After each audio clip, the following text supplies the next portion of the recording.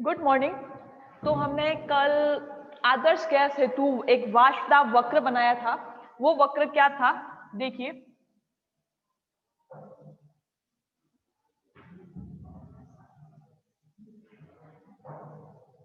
किस किस के बीच में बनाया था? वाष्पदाब और मोल फ्रैक्शन के बीच में। यहाँ पे ले लेते हैं वेपर प्रेशर, ठीक है, वाष्पदाब, और यहाँ पे मोल फ्रैक्शन, मोल भिन्न।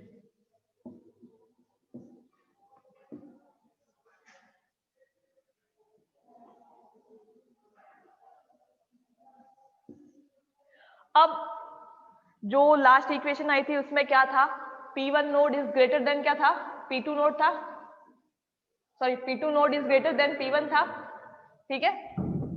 P2 node is greater than क्या था? P1 नोड था, ठीक है। तो यहाँ ये P1 नोड है और यहाँ ये P2 नोड है, ठीक है। अब यहाँ पे हमने क्या लिया है? एक्स एक्सिस पर क्या लिया है? मोल फ्रैक्शन लिया है। तो देखिए यहाँ पे जो अपना घटक एक है, ठीक है, यहाँ पे उस घटक का संगठन क्या है? x1, ठीक है। घटक दूसरा कौन सा है? घटक दूसरे को हमने क्या लगाया था? एक को घटक लगाया था x1, मतलब वन घटक, और दूसरा कौन सा था? दूसरा घटक, इसको 1 और 2 से मतलब अंकित किया था, ठीक है। उस घटक का संगठन x1 और दूसरा कौन सा होगा? दूसरे घटक का संगठन क्या है? x2 है, ठीक है। तो यहाँ पे माना मेरे पास सिर्फ क्या है? x1 घटक है। अभी क्या है? सिर्फ मेरे पास क्या है? एक x1 घटक है, ठीक है। घटक क्या है? सिर्फ एक ही घटक, यानी कि मेरे पास एक ही घटक अभी तक है यहाँ पे। अब मैं क्या करूंगी? इस घटक एक के अंदर मैं धीरे धीरे घटक दूसरा मिलाना स्टार्ट करती हूँ, धीरे धीरे दूसरा घटक मिलाना स्टार्ट करती हूँ। तो क्या होगा? मिलाते मिलाते यहाँ पे क्या रह जाएगा? ये सिर्फ मिलाते मिलाते अब x2 घटक क्या हो जाएगा? 1 हो जाएगा, और x1 घटक क्या हो जाएगा? सिर्फ 0 रह जाएगा, ठीक है। पहले मेरे पास क्या था? सिर्फ घटक एक था। फिर मैंने क्या किया? यहाँ पे क्या है? इस बिंदु पर, इस एक्सट्रीम बिंदु पर क्या है? सिर्फ घटक ए है। अब मैंने क्या किया? इसके अंदर धीरे धीरे x2 मिलाना स्टार्ट किया, दूसरा घटक मिलाना स्टार्ट किया।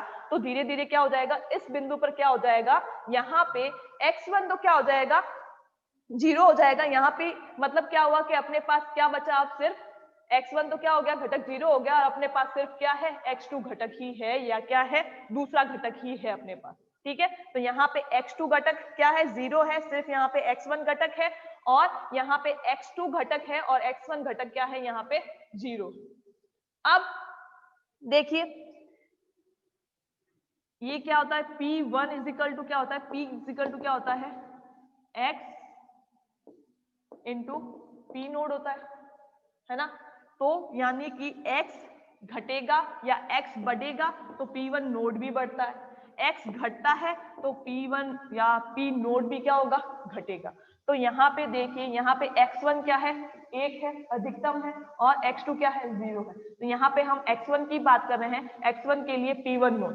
तो x1 बराबर क्या है? अधिकतम है, और x2 क्या है? 0 है यहाँ पे। तो इसका P1 नोड हमने शुद्ध अवस्था का वाष्पदाब जो है वो क्या है? अधिकतम दर्शा दिया। अब इसके अंदर हम क्या कर रहे हैं? x2 मिला रहे हैं। x1 के अंदर क्या कर रहे हैं? x2 मिला रहे हैं। तो धीरे धीरे क्या होगा? x1 कम होता जाएगा, और x2 क्या होगा? धीरे धीरे मिलाते जाएंगे तो x2 बढ़ता जाएगा, और x1 क्या होगा? कम होता जाएगा। और इस स्थिति पर क्या होगा? x1 तो पूरा ही 0 हो जाएगा, और सिर्फ क्या बचेगा अपने पास? x2 बचेगा, ठीक है। तो अब x1 यहाँ पे अधिकतम है, तो P1 नोड मैंने यहाँ पे अधिकतम दर्शा दिया है। अब मैं यहाँ पे धीरे धीरे x2 मिला रही हूँ, तो ये वाष्पदाब भी, यानी कि x1 क्या हो रहा है? घट रहा है, तो ये वाष्पदाब भी क्या होगा? घटेगा। और यहाँ पे x1 क्या हो गया? 0 हो गया, तो ये P1 नोड भी क्या हो जाएगा? 0 हो जाएगा, ठीक है। तो ये तो हो गया x1 P1 के लिए, P1 x1 node, P1 x1 into P1 node के लिए, ठीक है। अब दूसरा यहाँ की बात करें तो यहाँ पे क्या है? सिर्फ x2 घटक है। यहाँ पे क्या है? सिर्फ x2 है। अब मैं क्या डालूंगी? इसके अंदर x1 डालना स्टार्ट करूंगी। तो x1 डालना स्टार्ट करूंगी तो धीरे धीरे x2 के अंदर x1 की मात्रा बढ़ती जाएगी, x2 के अंदर मैं क्या डाल रही हूँ, x1 डाल रही हूँ, तो धीरे धीरे x2 के अंदर x1 की मात्रा बढ़ती जाएगी और यहाँ पे आकर क्या हो जाएगा, x2 0 हो जाएगा, x1 क्या हो गया, 1 हो जाएगा। यहाँ पे x2 1 था, x2 के अंदर मैंने x1 डाला, x2 कम होता गया और x1 क्या हो गया, अब 1 हो गया और x2 क्या हो गया, 0 हो गया। ठीक है, क्लियर है। तो अब यहाँ पे x2 1 है, x2 के लिए P2 is equal to, Rahul के नियम से P2 इज इक्वल टू क्या होता है, x2 इंटू P2 नोड। ठीक है, तो x2 बढ़ेगा तो P2 भी बढ़ेगा और x2 घटेगा, x2 बढ़ेगा तो P2 भी बढ़ेगा और x2 घटेगा तो P2 भी घटेगा। ठीक है, तो यहाँ पे x2 क्या है, अधिकतम है, तो मैंने P2 को अधिकतम दर्शा दिया। अब देखिए धीरे धीरे हम क्या कर रहे हैं, x1 मिला रहे हैं, तो x2 क्या हो रहा है, कम होता जा रहा है। इसके अंदर हम x1 मिलाते जा रहे हैं तो x2 क्या होता जा रहा है, कम होता जा रहा है, कम होता जा रहा है और यहाँ पे क्या हो गया, बिल्कुल 0 ही हो गया। ठीक है, और x1 यहाँ पे क्या हो गया, इक्का ही हो गया। तो अब इसका x2 घट रहा है तो अब इसका P1 P2 नोड भी क्या होगा, घटेगा और यहाँ पे क्या है, x2 0 है तो P2 नोड भी क्या हो जाएगा, 0 हो जाएगा।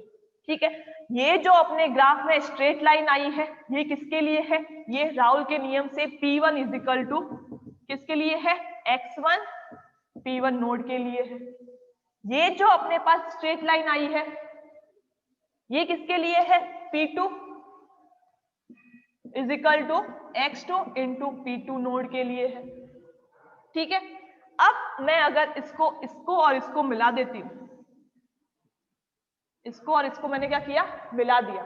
ये स्ट्रेट लाइन किसको दर्शाती है, टोटल प्रेशर को दर्शाती है, कुल वाष्प दाब को दर्शाती है, PS। ठीक है, ये क्या होगा, इस P1 और P2 के योग के बराबर होगा। किसके योग के बराबर होगा, P1 प्लस P2 के योग के बराबर होगा।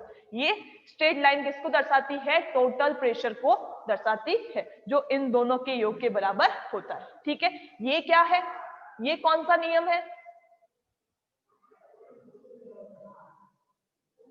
ये वाला कौन सा है, कुल दाब दोनों घटकों के आंशिक दाबों के योग के बराबर होता है। कौन सा नियम है, डाल्टन का नियम है। ये किसका नियम है, डाल्टन का नियम है। और ये दोनों किसके नियम है, कौन से नियम है, राहुल के नियम है ना। पता है डाल्टन का नियम क्या होता है, विलियन का जो कुल दाब है वो दोनों घटकों के वाष्प दाबों के योग के बराबर होता है। ठीक है, दोनों घटकों के आंशिक दाबों के योग के बराबर होता है। अब तो ये दोनों घटकों के आंशिक दाबों के योग के बराबर क्या है, विलियन का कुल दाब है। और ये है राहुल का नियम। राहुल का नियम क्या कहता है, पता है राहुल का नियम क्या कहता है, तू तो आया था,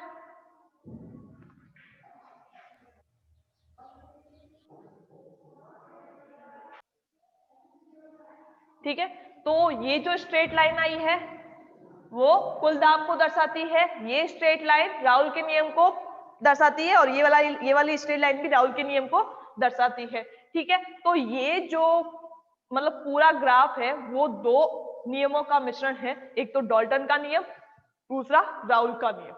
ठीक है, अब वास्तव में कोई भी विलियन क्या होता है, आदर्श नहीं होता है। होता है कोई भी विलियन जो सभी ताप दाब पर राहुल के नियम का पालन करे, ऐसा कोई भी विलियन नहीं है जो सभी ताप दाब पर राहुल का नियम का पालन करे। ठीक है, वास्तव में कोई भी विलियन आदर्श विलियन नहीं होता है। ठीक है, तो इस ग्राफ को हम एज अ रेफरेंस ले सकते हैं। कैसे ले सकते हैं, एज अ रेफरेंस, मानक। ठीक है, इसको हम मानक के रूप में इसको प्रयोग कर सकते हैं। ठीक है, तो अब हम किसकी बात कर रहे हैं, अनादर्श विलयन की। ये तो किसके लिए था, आइडियल के लिए था, आइडियल सॉल्यूशन के लिए था। ठीक है, किसके लिए था, आदर्श विलयन के लिए था। अब हम बात करते हैं नॉन आइडियल सॉल्यूशन यानी कि अनादर्श विलयन के लिए।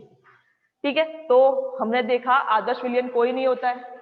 ठीक है, आदर्श विलयन के लिए क्या होता है, विलय विलय और विलायक विलायक के मध्य जो अंतःक्रिया होती है वो किसके बराबर होती है, विलय विलायक अंतःक्रिया के बराबर होनी चाहिए, लेकिन वास्तव में ऐसा नहीं होता है। लेकिन वास्तव में ऐसा नहीं होता है। नहीं होता है विलय और विलायक के बीच की अंतःक्रिया विलय विलायक के बीच की अंतःक्रिया के बराबर हो, ऐसा नहीं हो सकता। ठीक है, कुछ ना कुछ तो अंतर होता ही है। तो कोई भी विलयन आदर्श विलयन नहीं होता। ठीक है, तो कोई भी विलयन आदर्श विलयन नहीं हो सकता, तो इसलिए इस जो ये आदर्श विलयन का वाष्पदाब वक्र है, इसको हम एज अ रेफरेंस लेते हैं, मानक के रूप में इसका उपयोग किया जाता है। तो ये आइडियल के लिए था। अब नॉन आइडियल के लिए बात करते हैं। ठीक है,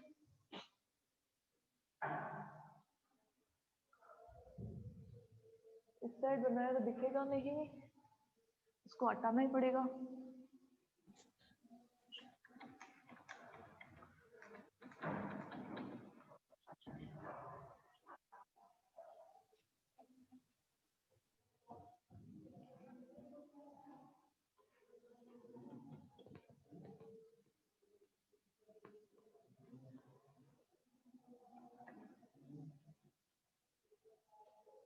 अनादर्श विलयन में दो विलयन पड़े थे, एक तो पॉजिटिव डेविएशन धनात्मक और ऋणात्मक। ठीक है, यहाँ पे है ठीक है, अनादर्श विलयन कहते किसे हैं वो भी पढ़ा था हमने कल। जो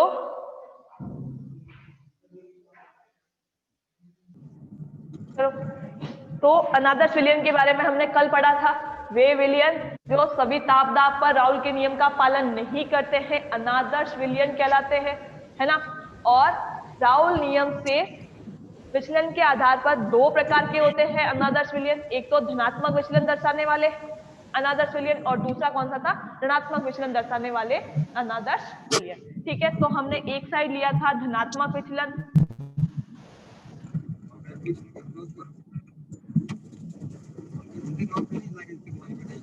ठीक है, दूसरी तरफ लिया था हमने ऋणात्मक विचलन, ऋणात्मक विचलन लिया था। ठीक है, अब धनात्मक विचलन के बारे में हमने क्या पढ़ा था कि राउल नियम से क्या करते हैं, धनात्मक विचलन दर्शाते हैं, वो राउल नियम से ऋणात्मक विचलन दर्शाता है। ठीक है, तो P1 क्या होगा, P1 क्या होगा, धनात्मक विचलन के लिए क्या आएगा, राउल का नियम क्या आएगा, राउल के नियम से धनात्मक विचलन दर्शाते हैं, यानी कि P1 का मान, राउल का नियम क्या होता है पहले वो बोल, राउल का नियम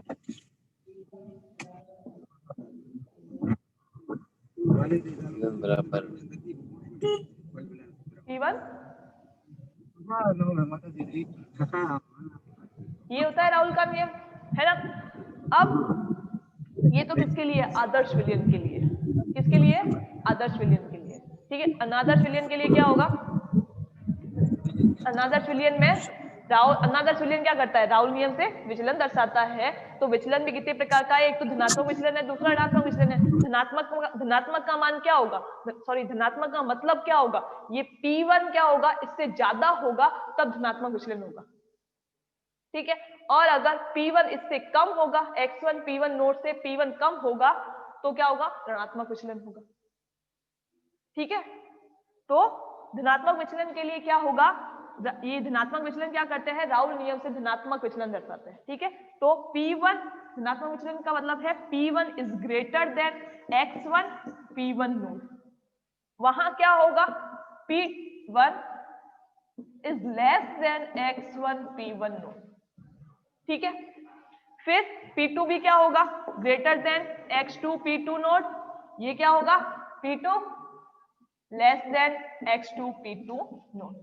ठीक है, PS क्या होगा, PS भी ज्यादा होगा P1 प्लस P2 से, और यहां पे भी क्या होगा, less than P1 plus P2 होगा। ठीक है, ये किसके लिए है, धनात्मक विचलन के लिए है, ये ऋणात्मक विचलन के लिए। फिर एक और बात करी थी आयतन में, आयतन के लिए dV इज इक्वल टू क्या होता है, sorry dV is equal to नहीं लेंगे, यहाँ पे dV क्या होगा,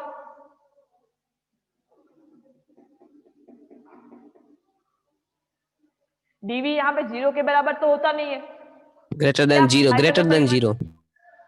शून्य तो होता नहीं है, तो क्या होगा? ज्यादा होगा कम होगा? हाँ, वृद्धि होगी ना, तो डीवी क्या होगा? ग्रेटर देन 0 होगा, डीवी लेस देन 0 होगा। डेल्टा एच मिक्सचर की बात करें, डेल्टा एच मिश्रण की बात करें तो क्या होगा? डेल्टा एच मिश्रण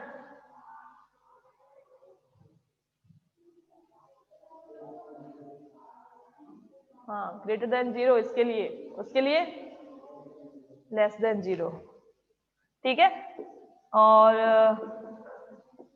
ये भी मैंने बताया था कि यहाँ पे,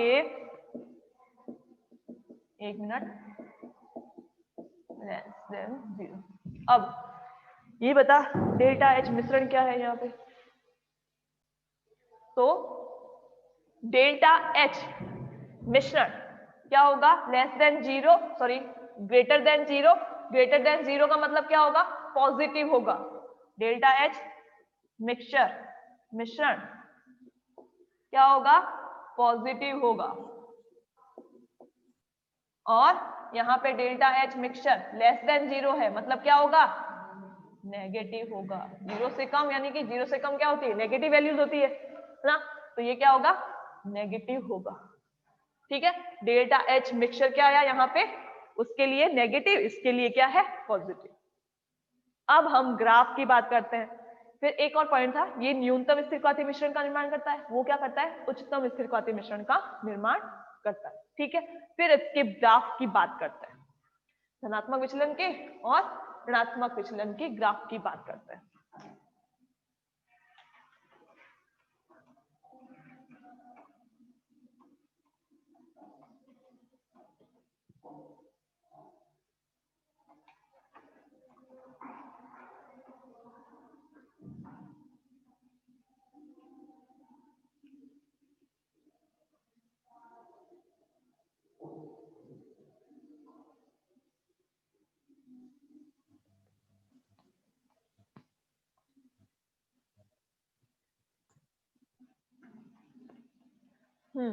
ग्राफ किस किस के बीच में होगा? बोल, किस किस के बीच में ग्राफ बनाते हैं?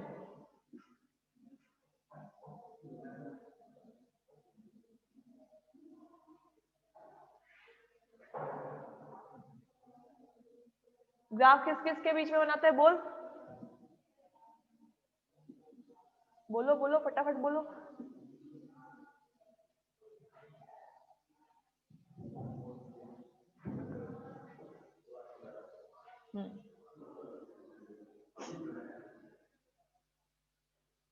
कहाँ ध्यान दे रहा है बता, बोल। है 2 दिन ने 2 दिन ही आया है, पर आज जो पढ़ा है उस पर तो ध्यान दे सकता है ना? क्या इतना तो ध्यान दे सकता है बोर्ड पे अपन जो कर रहे हैं उसके बारे में? ओ,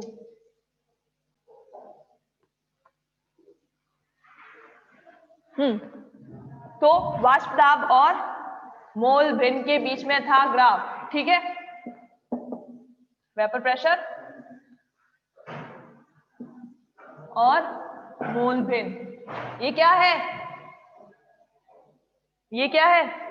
वाष्प दाब, ये मोल भिन्न, मोल फ्रैक्शन। ठीक है, अब हम बात करते, मैंने क्या बोला था कि आदर्श विलयन का जो अपन ने वाष्प दाब वक्र बनाया था वो वास्तव में तो ऐसा होता नहीं है। ठीक है, तो उसको अपन कैसा मान सकते हैं? एज ए रेफरेंस मान सकते हैं, तो मैंने इसको मान लिया एज ए रेफरेंस। ठीक है,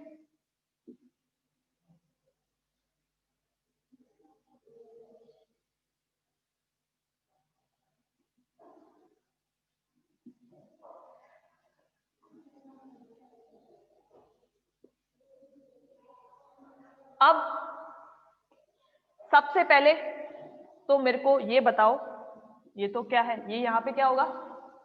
ए प्रल, क्या होगा यहाँ पे? P1 node. यहाँ क्या होगा? P2 node. ठीक है, अब ध्यान रखना, ध्यान से देखना, अगर मैं वापस पूछ भी लूं तो ऐसा नहीं होना चाहिए 99%। ठीक है, अब ठीक है, वास्तव में तो ग्राफ क्या होता है, इस वास्तव में क्या कह सकते हैं, आदर्श विलयन के लिए ग्राफ क्या होता है, एक ये स्ट्रेट लाइन आती है, एक ये वाली स्ट्रेट लाइन आती है P1 नोड के लिए।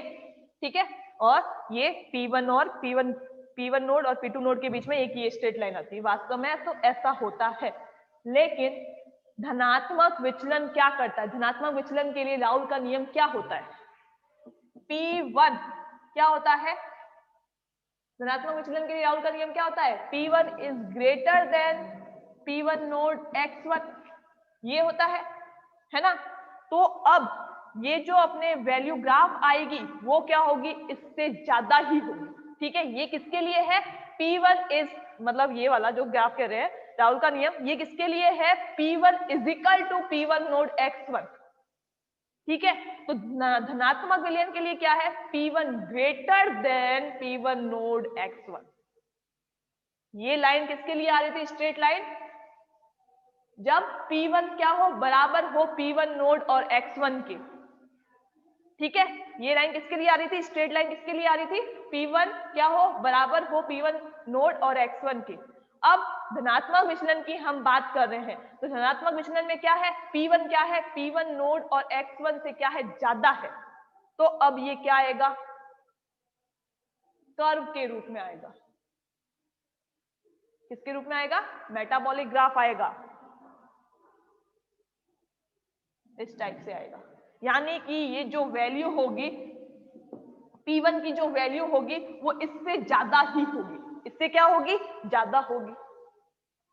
ठीक है, और ये वाला भी क्या आएगा, टोटल ग्राफ भी क्या आएगा, वो भी क्या होगा, ज्यादा होगा।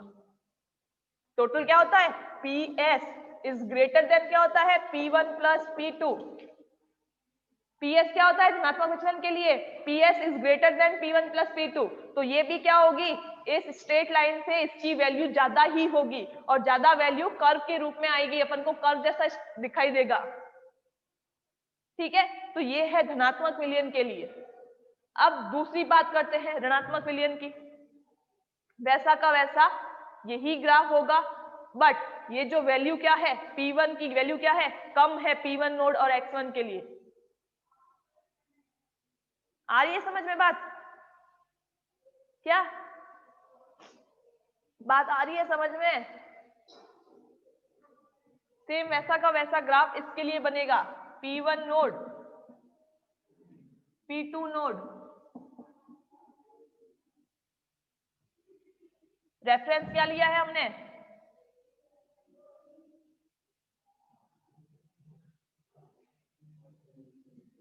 ये क्या है, रेफरेंस है।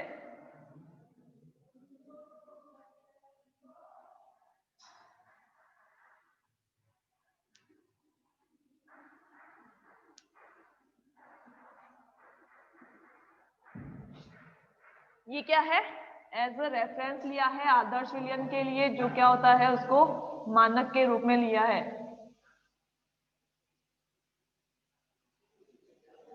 अब ऋणात्मक विचलन की बात कर रहे हैं, ऋणात्मक विचलन के लिए P1 क्या होता है, लेस देन P1 नोड। इसको मैं इस साइड ले रही हूं, ठीक है, P1 is greater than P1 node x1। ठीक है, यहां पे क्या होता है, P1 less than P1 node x1।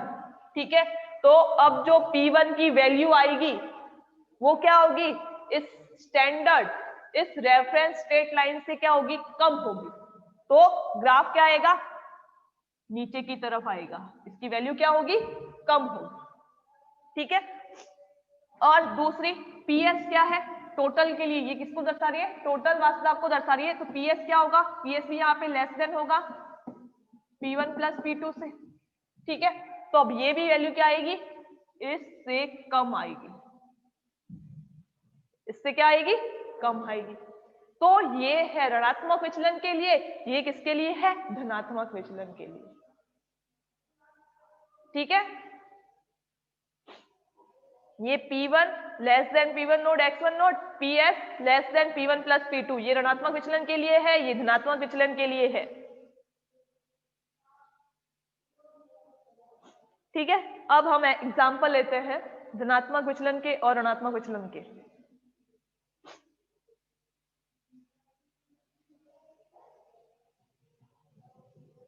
ऋणात्मक और धनात्मक विचलन के एग्जाम्पल लेते हैं।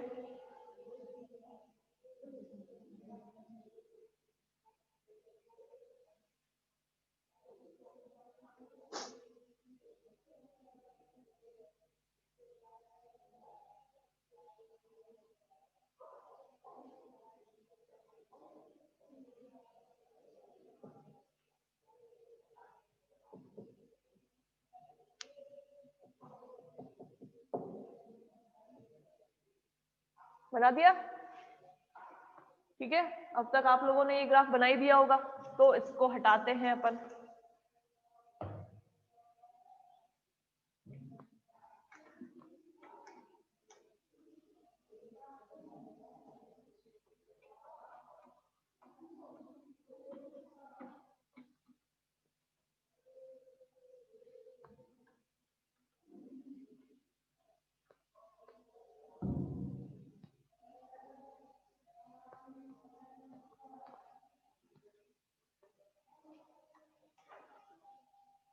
एक साइड धनात्मक और उसके अंदर अंतर में चल रहे थे हम लोग। ठीक है, तो ग्राफ तो बना दिया, अब हम उसके एग्जाम्पल की बात कर रहे हैं। ठीक है, इधर धनात्मक विचलन के एग्जाम्पल लेंगे, इधर हम किसके लेंगे, ऋणात्मक के एग्जाम्पल लेंगे। ठीक है, तो अब सबसे इसका एग्जाम्पल है जल प्लस इथाइल अल्कोहल, जल plus C2H5OH, H2O plus C2H5OH, acetone plus C2H5OH, ethyl alcohol, acetone plus ethyl alcohol, और जल plus methyl alcohol, H2O plus CH3OH, ethyl alcohol plus N hexane, ethyl alcohol plus N-हेक्सेन,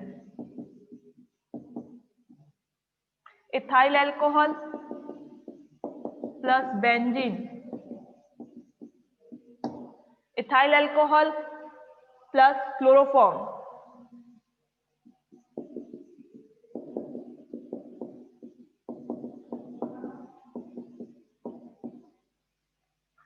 और acetone plus benzene.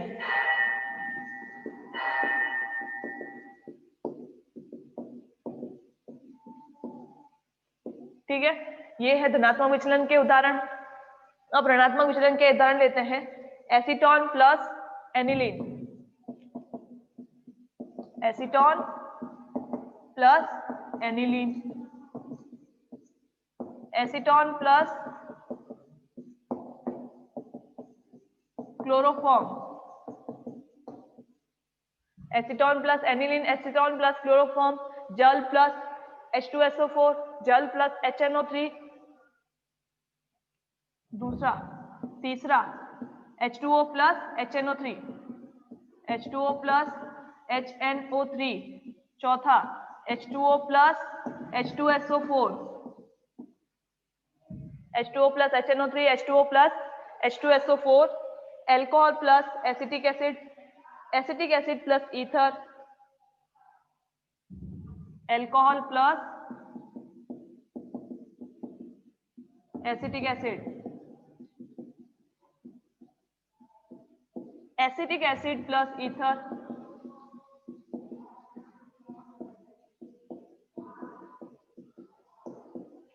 Alcohol plus acetic acid, acetic acid plus ether, और alcohol plus chloroform, alcohol plus